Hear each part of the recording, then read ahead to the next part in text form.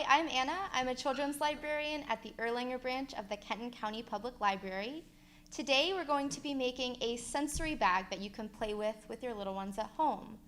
The idea of sensory play goes all the way back to the middle of the 20th century when a French early childhood specialist named Jean Piaget began to speak about the importance of learning through your senses. Kids need to touch and do and feel and hear and smell and taste even in order to learn about the world around them.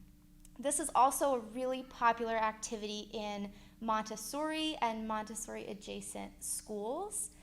There is a strong focus on hands-on activities and open exploration where children get to make choices on their own.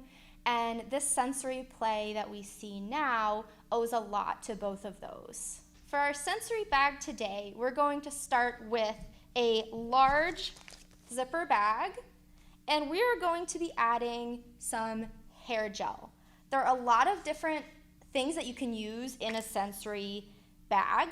I really like hair gel and shaving cream. Those are really nice, simple bases that can lead to a lot of fun sensory exploration for your little one. So I'm gonna go ahead and put the whole bottle in this bag.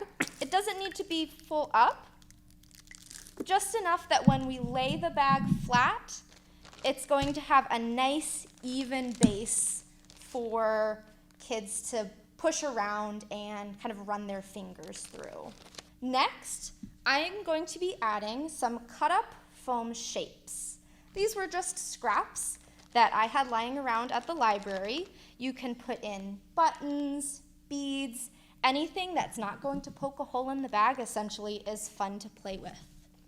I like doing shapes like these because they give an opportunity to talk about color and shape and have your child look and find the blue square or find the yellow triangle.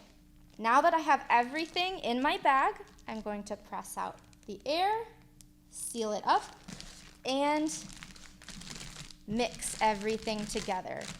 If you have a really little one, a great idea is to tape the bag down onto the floor or table.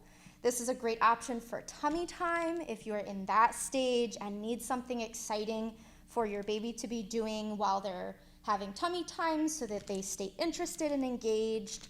The great thing about a bag like this is that it's interesting to the very littlest who need high contrast, lots of color to focus on, and it's also a lot of fun for older kids like school-age children because they can use these foam shapes, move them around, and try to make pictures with them or make letters with them. So there's a lot of flexibility with these, and they can last a really long time based on what you put in them and how you present them.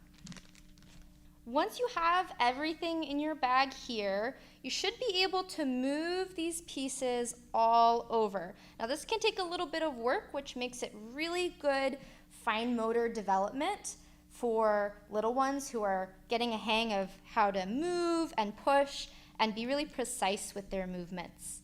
One of the great things that I love about using hair gel as a base is that this will keep essentially as long as the bag doesn't get popped.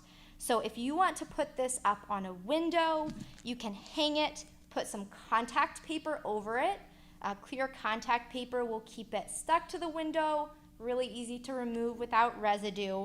And the light will come through it in really fun ways depending on where the shapes are. It's easy to think about sensory play and think just about our sense of touch and feeling things.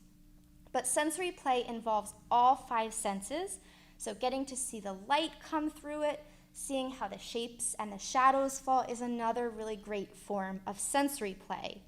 For other types of bags, if you put some water in here or if you put shaving cream, those might not last as well. The shaving cream tends to be a one-shot. Once it's deflated, it's done. If you'd like to learn more about sensory bags or sensory play in general, please stop by your local library branch. All 3 branches have a children's desk and children's librarians who would be happy to talk to you about sensory play and how to incorporate it in your home.